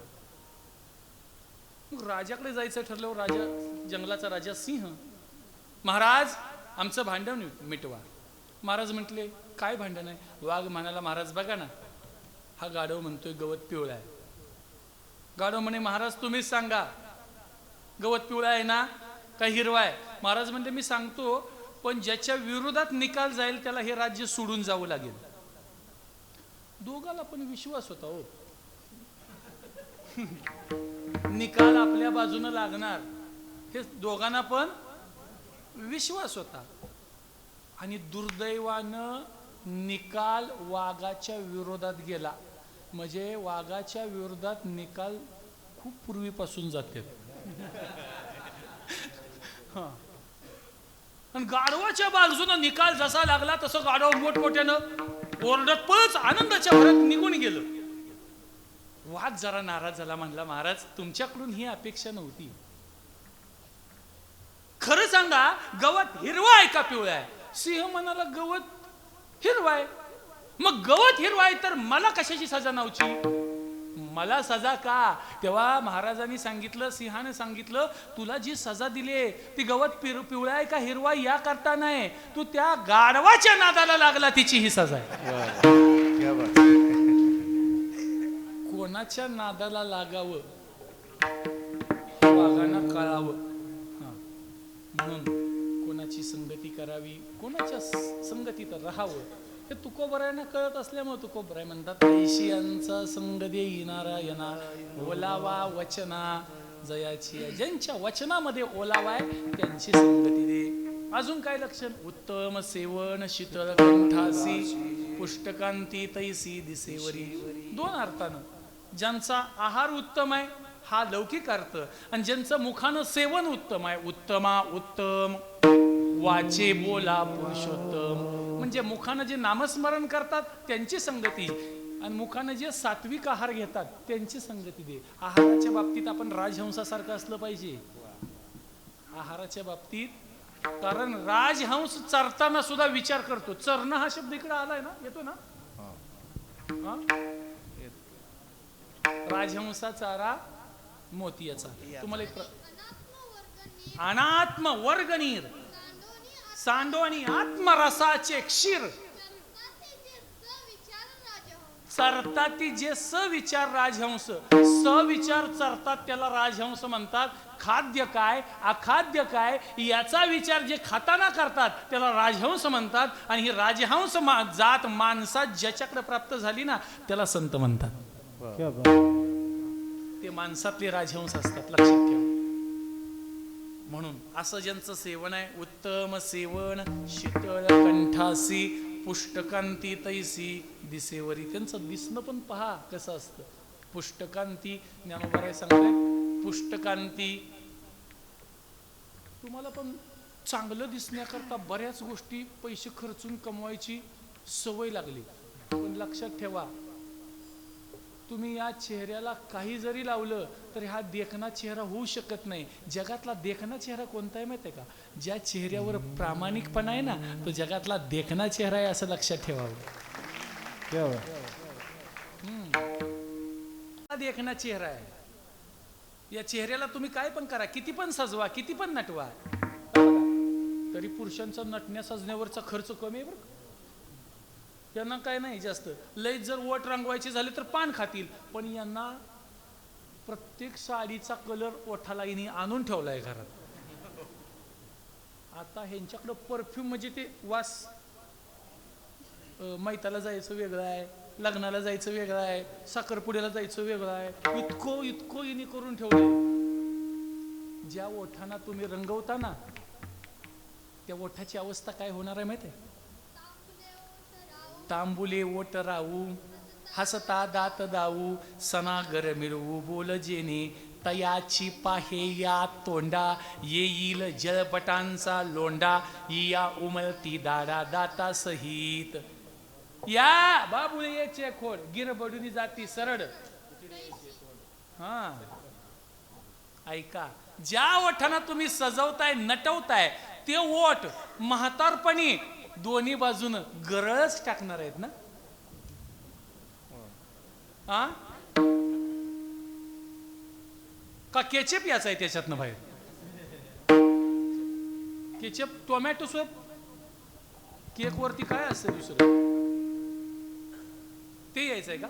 नाही. मग ते ओठ देखणे नाही ज्याला सजवताय नटवताय. मग देखणे ओठ कोणते? ज्या ओठावर ज्ञानोबरायांचा हरिपाठ रोज येतो, ते जगातले देखणे ओठ आहेत, लक्षात ठेवा. म्हणून आईशियाचा संग देई नारायणा, ओलावारच ओलावा वचना जयाचिया. तुका म्हणे तैसे होईजे त संगे, वास लागे अंगे चंदनाच्या. त्यांच्या संगतीत गेल्यानंतर माझी आत्मोन्नती होईल. माझ्या मनुष्य रूपी बीजावर त्यांचा ओलावा जर पडला तर देवत्वाला मी प्राप्त होईल. म्हणून तुकोबराय म्हणतात, मला अशांची संगती दे. ज्ञानेश्वर माऊली, ज्ञानराज माऊली तुकाराम, ज्ञानेश्वर माऊली, ज्ञानराज माऊली, जय जय जय ज्ञानेश्वर माऊली, ज्ञानराज माऊली, ज्ञानेश्वर माऊली, ज्ञानराज माऊली, जय ज्ञानेश्वर माऊली.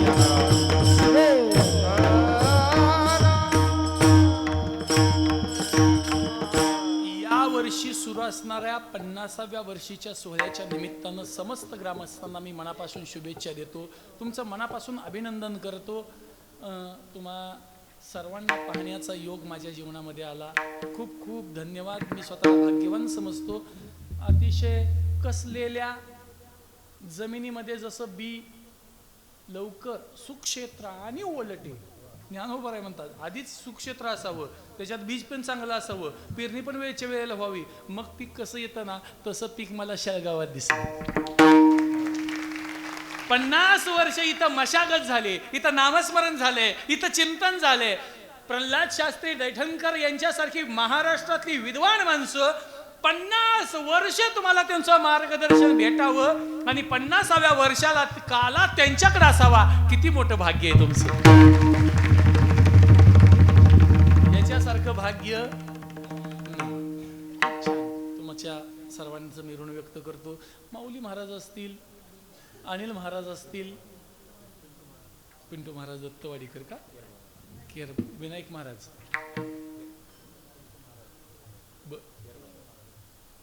एकापेक्षा एक महाराज म्हणजे काय चाली गोड. या सर्व या गायक वादकांच्या करता मनापासून एकदा टाळ्या वाजवा. खूप छान. कीर्तनकाराच्या हातात कीर्तन करायची नसती गोष्ट. इनी इथं आल्यावर फक्त नाक जरी मुरडलं असतं ना तरी कीर्तन करणं अशक्य. नाक मुरडलं तरी, पण इथं आल्यानंतर या कीर्तनाला भर कशी घालता येईल आणि जास्त कसं उठावदार करता येईल याचा प्रयत्न या सगळ्या मंडळींनी केला. मनापासून तुमचं धन्यवाद. खूप खूप ऋणी. माता भगिनींची संख्या खूप चांगल्या पद्धतीने आहे. त्याचबरोबर इथं येण्याचा योग आमचे परममित्र महाराष्ट्रातील एक सुप्रसिद्ध असे मृदंगाचार्य सुदर्शनजी महाराज यांच्यामुळे आला. आमच्या परिसरामध्ये खूप मोठमोठ्या सप्ताहामध्ये त्यांचं वादन होतं. मी लहानपणापासून त्यांना बघतोय. अत्यंत प्रतिकूल अशा परिस्थितीमध्ये आज या परिस्थितीला पोहोचलेत. मी एक गोष्ट ठामपणानं सांगतो, येणाऱ्या काही दिवसात या गावाचं नाव अखंड महाराष्ट्रात पोहोचवल्याशिवाय ते राहणार नाहीत. भूमीचे मार्दव सांगे कोंबाची लवलव नाना आचार गौरव सुकुलिनाचे. महाराजांनी अतिशय कष्टानं ही मृदंगाची साधना केली आणि त्या साधनेचं फल त्यांना चांगल्या पद्धतीनं प्राप्त झाले. आणि एक मनापासून टाळ्या कोणासाठी वाजवायच्या तर दोघांच्यासाठी. एक सुंदर अशी साऊंड सिस्टीम देणारे आणि दुसरं या कार्यक्रमाचं चित्रीकरण करणारे ज्ञानाचा सागर यूट्यूब चॅनल आणि अजय साऊंड सिस्टीम गावातलीच ना. अतिशय दर्जेदार. खरं सांगतो तुम्हाला, अशा बंदिस्त मंदिरामध्ये साऊंड सिस्टीम जोडणं हे अतिशय कठीण असतं, पण त्यांनी कौशल्य वापरून ही साऊंड सिस्टीम जोडले. ज्ञानाचा सागर यूट्यूब चॅनल यांचंही मनापासून ऋण व्यक्त करतो. संत दर्शन या यूट्यूब चॅनलचे आमचे पत्रकार गणेश सर यांचंही मनापासून ऋण व्यक्त करतो. तुम्ही सगळी जुनी जाणती मंडळी, फक्त एक विनंती आहे बरं का सर, एक विनंती आहे. बोलण्याच्या ओघात अति उत्साहात एखादी चूक माझ्याकडून घडली असेल तर मी तुमची क्षमा मागतो. पण जे बरोबर आहे ते सद्गुरू जोग महाराजांचं आहे, ते मामासाहेबांचं आहे, ते बंकट स्वामींचं आहे, ते गुरुजींचं आहे, रंगनाथ महाराज परभणीकरांचं आहे. यांनी ज्या काही गोष्टी समाजामध्ये पेरून ठेवल्या त्याच उचलून कुठेतरी तुमच्या समोर मांडण्याचा प्रयत्न केला. त्याच्यामध्ये माझा पुरुषार्थ काही नाहीये, त्याच्यामध्ये माझा पराक्रम काहीही नाहीये. तेव्हा तुम्हा सगळ्यांचं मनापासून दर्शन घेऊन सेवेला या ठिकाणी पूर्णविराम. तुकाराम तुकाराम तुकाराम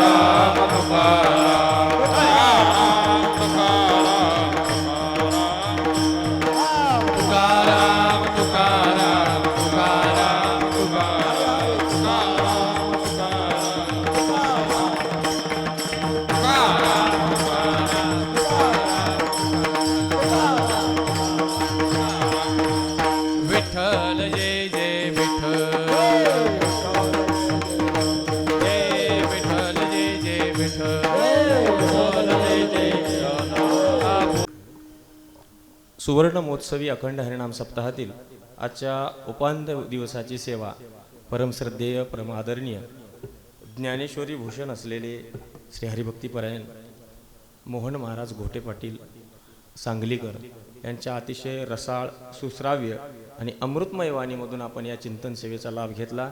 सर्व गावकऱ्यांच्या वतीनं सप्ताह कमिटीच्या वतीनं महाराजांचं या ठिकाणी आपण प्रचंड टाळ्या वाजून या ठिकाणी जोरदार हार्दिक ऋण व्यक्त करायचं आहे.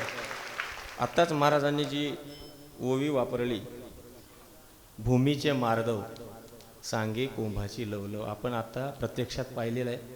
महाराजांचे चिरंजीवही या ठिकाणी कीर्तन सेवेला साथ करण्यासाठी उभे होते टाळ घेऊन. पहा, 21व्या या आधुनिक शतकामध्ये समाज कुठं चालला आहे आणि आपण ज्वलंत मूर्तिमंत उदाहरण या ठिकाणी पाहत आहात. पृथ्वीराज, थोडा इको कमी करा. पृथ्वीराज मोहन घोटे पाटील, वय वर्ष अवघं 7 म्हणलं तर 13 वर्ष वय. 13व्या वर्षामध्ये 3500 ओव्या पाठ आहेत. 70 वर्ष झाले, आणखीन आम्हाला 70 ओव्या पाठ होत नाहीत मला तर लवकर. 3500 ओव्या पाठ आहेत. कौतुक कोणाचं करावं, लेकाचं करावं का बापाचं करावं? मला तर प्रश्नच पडला आहे. आता बापाचं कौतुक करावं म्हणलं तर लेक 13 वर्षाचा आहे आणि लेकराचं कौतुक करावं म्हणलं तर बापानं शिकविल्याशिवाय लेकरू शकत नाही. आता शोभविती येरा येरा सोने एके ठाई हिरा, सोन्याची शोभा हिऱ्याला आहे का हिऱ्याची शोभा सोन्याला आहे? तुकोबाराय म्हणताय तो शोभविती येरा येरा. अत्यंत रसाळ अमृतमय वाणीतून दोन्ही पितापुत्रांनी या ठिकाणी आपल्याला अमृताचं टात वाढून ठेवलं आणि अभंगसुद्धा अमृतावरच घेतलेला होता. पहा बरं, ज्या वेळेस ज्ञानोबरायांचे उपकार होतात, संतांचे उपकार होतात, संत भरभरून आपल्याला देत असतात. उदार भक्त त्रिभुवनी मात जयाची. अगदी त्या पद्धतीनं या ठिकाणी सप्ताह कमिटीच्या वतीनं पृथ्वीराज महाराजांचा या ठिकाणी अल्पसा या ठिकाणी छोटासा सत्कार होत आहे. माणिकाबांना विनंती करतो की गावकऱ्यांच्या वतीनं सप्ताह कमिटीच्या वतीनं पृथ्वीराज मोहनराव घोटे पाटील यांचा या ठिकाणी घोटीकर या ठिकाणी थोडंसं चुकलेलं आहे. घोटीकर म्हणजे गावाचं नाव आहे.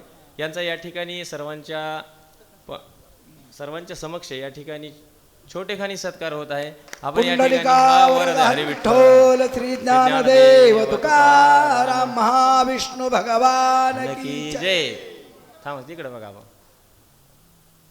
जगद्गुरु तुकोबाराय म्हणतायत, कुळी कन्या पुत्र होती जी सात्विक, तयाचा हरिक प्रत्यक्ष या ठिकाणी चतुर्भुज मूर्तीला सुद्धा या ठिकाणी हरिक वाटावा. ही जी प्रेरणा आहे, ही प्रेरणा ही प्रेरणा आहे, ह्याला प्रबलन म्हणतात. हे प्रबलन आहे. उर्वरित पुढच्या ओव्या कंठस्थ होणार आहेत आणि एके दिवशी परत पृथ्वीराज महाराज आपल्या भेटीला या शेळगावमध्ये येतील. हा विश्वास ज्ञानोबरायांच्या वतीनं, पांडुरंग परमात्म्याच्या वतीनं